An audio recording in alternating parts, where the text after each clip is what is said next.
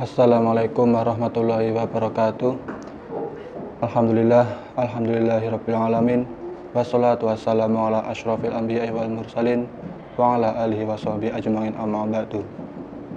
Pertama-tama, marilah kita panjatkan rasa puja dan puji syukur kehadirat Allah Subhanahu wa taala yang telah melimpahkan karunia-Nya, hidayahnya, rahmat serta taufik sehingga kita bisa berkumpul, bisa bertemu di bulan suci Ramadan ini, yang bulan suci yang penuh berkah, penuh ampunan, dan di mana kita bisa bertemu di sini itu sudah menjadi syukur yang tidak bisa tergantikan.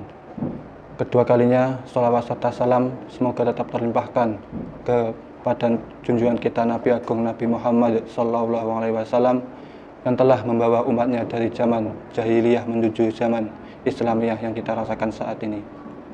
Dan semoga kita semua di sini bisa mendapat syafaat beliau besok di yaumil qiyamah. Allahumma amin. Pada kesempatan kultum hari ini, saya akan sedikit membahas tentang keutamaan membaca sholawat. Bapak Ibu yang saya hormati, kita dianjurkan untuk membaca sholawat Nabi dalam kehidupan sehari-hari. Keutamanya itu sangat penting, dari menghapus dosa hingga terpenuhi hajat kita. Membaca sholawat dapat dilakukan kapan saja, baik sebagai zikir setelah sholat atau kapanpun untuk mengisi waktu luang. Dalil keutamaan membaca sholawat ini sangat banyak sekali. Baik kita temukan dalam Al-Quran maupun dalam hadis. Anjuran membaca sholawat pertama kali dapat ditemukan atau dapat kita temukan pada surah Al-Ahzab ayat 56. A'udzu billahi minasyaitonir rajim. Innallaha wa malaikatahu yusholluna 'alan nabi ya ayyuhalladzina amanu shollu 'alaihi wa sallimu taslima. Artinya, sesungguhnya Allah dan para malaikatnya berselawat untuk Nabi Muhammad. Wahai orang-orang yang beriman, berselawatlah kalian untuk para nabi. Ucapkanlah salam penghormatan kepada nabi.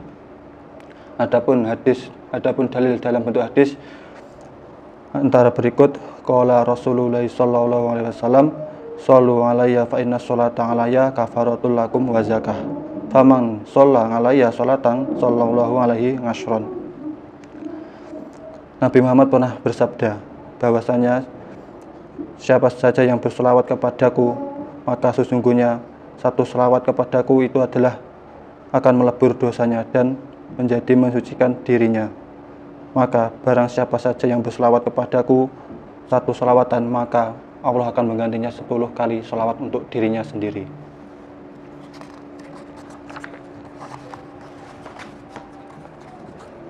Kemudian Bapak Ibu, saya memiliki sebuah kisah. Pada zaman dulu ada seorang pemuda yang sedang menunaikan ibadah haji, dan pemuda tersebut pada saat melaksanakan atau istirahat haji sangat banyak sekali membaca sholawat kepada Nabi. Kemudian ada seseorang datang kepadanya. Seseorang tersebut bertanya, kenapa engkau tidak membaca doa-doa yang telah ditetapkan atau doa yang telah dianjurkan?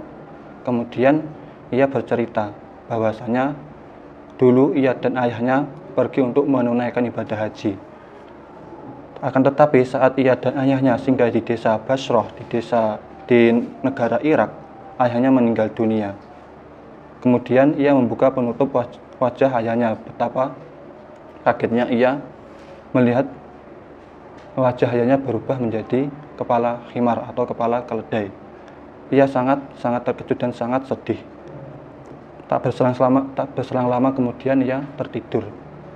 Dalam tidurnya ia bermimpi bertemu dengan seseorang yang sangat gagah, tampan, dan elok rupawan.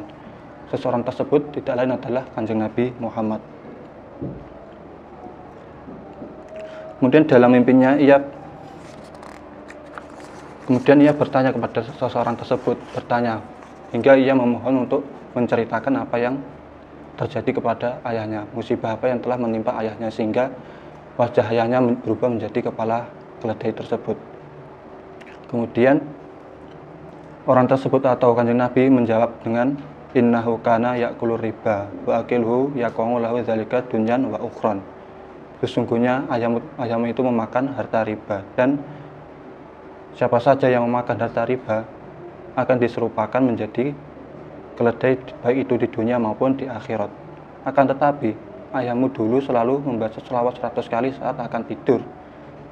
Nah, suatu saat aku Nabi Muhammad, suatu saat aku mendengar malaikat memberi kabar bahwasanya ayahmu telah meninggal dunia. Maka aku langsung menghadap ke Rasulullah. Kemudian aku menghadap kepada Allah untuk meminta syafaat kepada ayahmu. Nah, setelah mendengar sabda tersebut, pemuda tersebut langsung bangun dan betapa terkejutnya, betapa bersyukurnya ia melihat wajah ayahnya yang menyerupai bulan purnama yang sebelumnya berubah menjadi kepala khimar, kepala keledai, kembali lagi menjadi normal, bahkan menyerupai bulan purnama. Dan ketika saat ia menguburkan jasad ayahnya, ia mendengar suara tanpa rupa. Bunyinya yaitu sababul inayatil lati hafaz walidika sholata wassalama alayya. Sebab pertolongan yang turun terhadap ayahmu itu adalah sebab sholawat serta salam yang dia kirimkan terhadap diriku. Kemudian pemuda tersebut bersumpah bahwasanya ia akan selalu membaca sholawat dimanapun dan kapanpun ia berada. Maka dari itu ceritanya telah menjawab pertanyaan seseorang yang bertanya kenapa ia tidak membaca doa-doa tetapi selalu membaca sholawat. Karena ia telah melihat sendiri keajaiban sholawat kepada Kanjeng Nabi. Pada dasarnya kita itu harus banyak-banyak membaca sholawat dimanapun dan kapanpun kita berada. Bapak Ibu guru, Bapak Ibu wali murid, mungkin itu saja yang dapat saya sampaikan. Apabila ada kurang lebihnya, saya mohon maaf selebih-lebihnya. Akhirul kalam. Wassalamualaikum warahmatullahi wabarakatuh.